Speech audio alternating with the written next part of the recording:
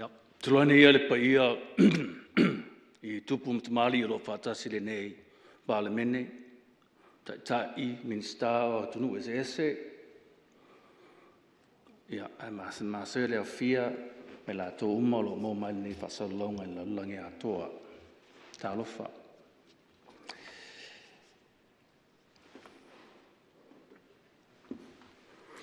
I am Sala Ponifasio. I come from Samoa. I am a Matai, or a chief of Samoa. I carry the title Sala. Sala is the name of the original ancestor. My name, Sala, is the proof of the continued existence of my people and their connection and belonging to the whanua. Whanua is where we are born from. The whanua is the land, the sky, the sea, the mountain. Who I am is the ecosystem. It is where we orient ourselves. The whanua is home. My name, or Swafa, is from the whanua. The whanua is where we know who we are. The whanua is our identity. The whanua gives us shelter. The whanua maintains the dignity of my people and harmony with the earth. We don't have a word for nature. We refer to our bodies as whanua. The word for my blood is pala pala. Pala pala means earth. New words from England have replaced whanua with real estate or property. Blood doesn't mean earth in the English language. I am part of earth that stands up and walks, and I will return to lie down when death arrives. I will be absorbed back into the land, grateful to have been part of this miracle called life.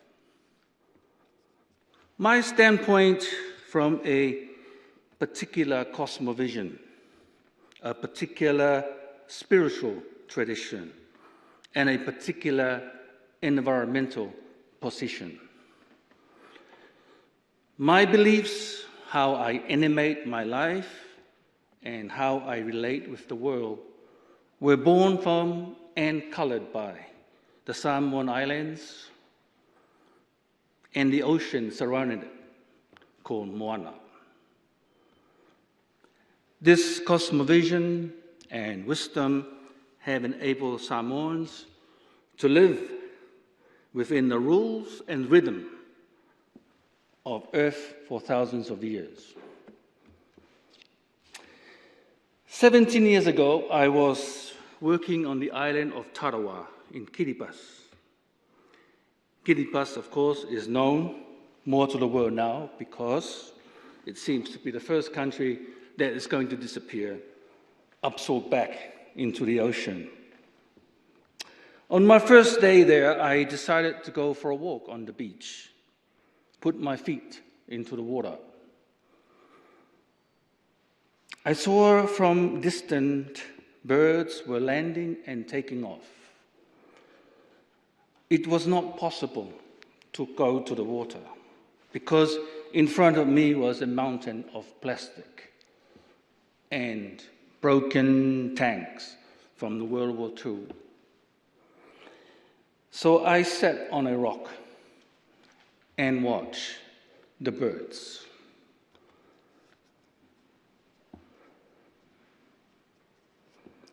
As the sun was setting quickly, I noticed the birds in a very golden light were picking up and carrying things that appeared to be like liquid.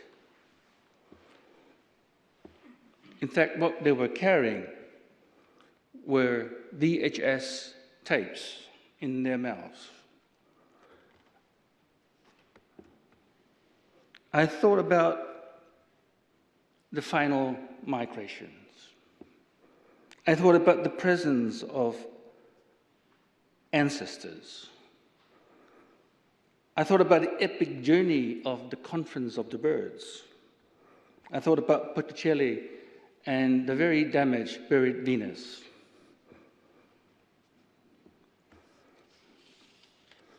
I wanted to create a ceremony, a prayer, and an apology, a celebration, a preparation, a sacrifice.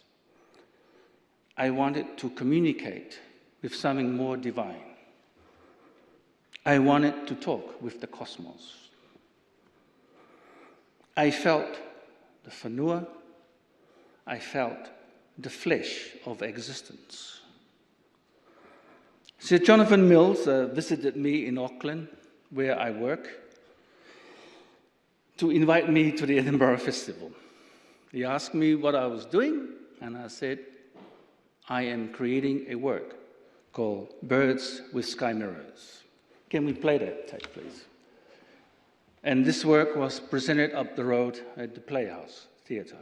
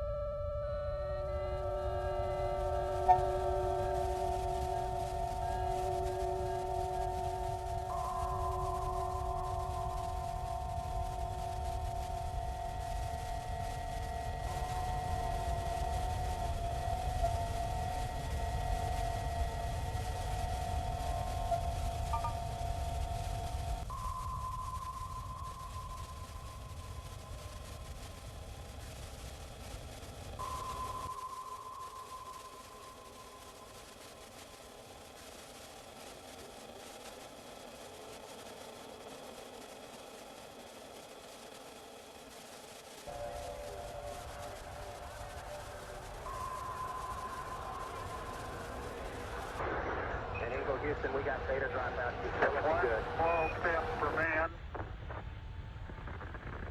One giant leap for mankind.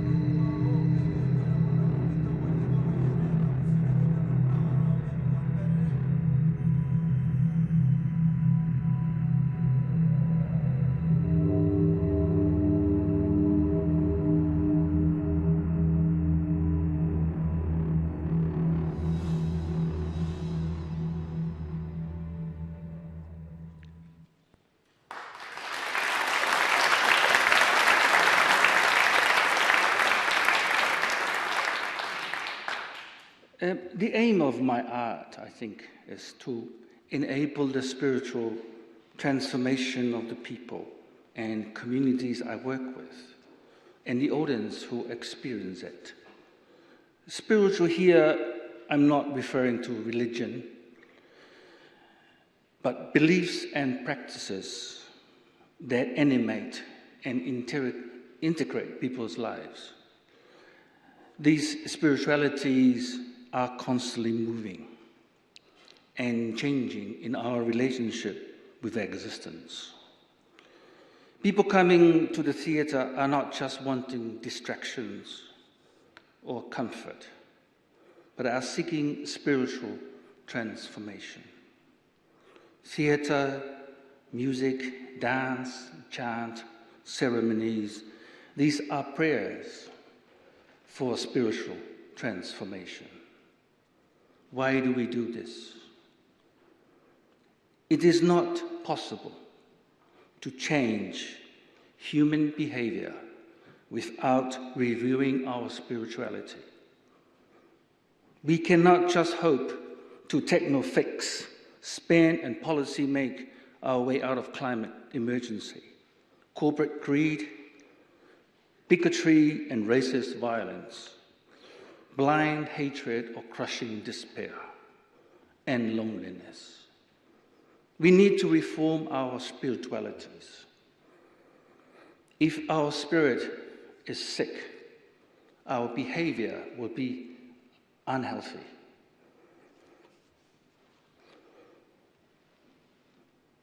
For spiritual transformation, our tasks as artists and leaders is to find a way to improve the quality of how the people feel, hear, see, and touch the world. How do you touch the world? What is our human role on earth? For we are not lords, vandals, or managers of earth. We are part of the process of earth, and these processes have been here long before us, and they will be here long after we're gone. It feels like we're losing our attention, empathy, connection to earth and to each other. The devastating way we treat the environment mirrors how we are treating each other. Art is a fight to restructure the order, to regenerate what has been destroyed, and create a reconnection, a kinship with all existence. The artist is never neutral. You are always on the side of beauty, of justice, and of truth. In art, we are made to look at the wounds and hurt of life, and we begin to imagine how to transcend to healing and a more beautiful, truthful condition. Just like an old rusted car in a rubbish dump, an artist will take it, work with it, transform it, and present a new vision of this old dead car as a work of art, a thing of beauty and truth. This discarded car makes a new life. So, art is a spiritual process where we reimagine ourselves and our world, and where we can rewrite our story. Art gives us a second chance. Thank you.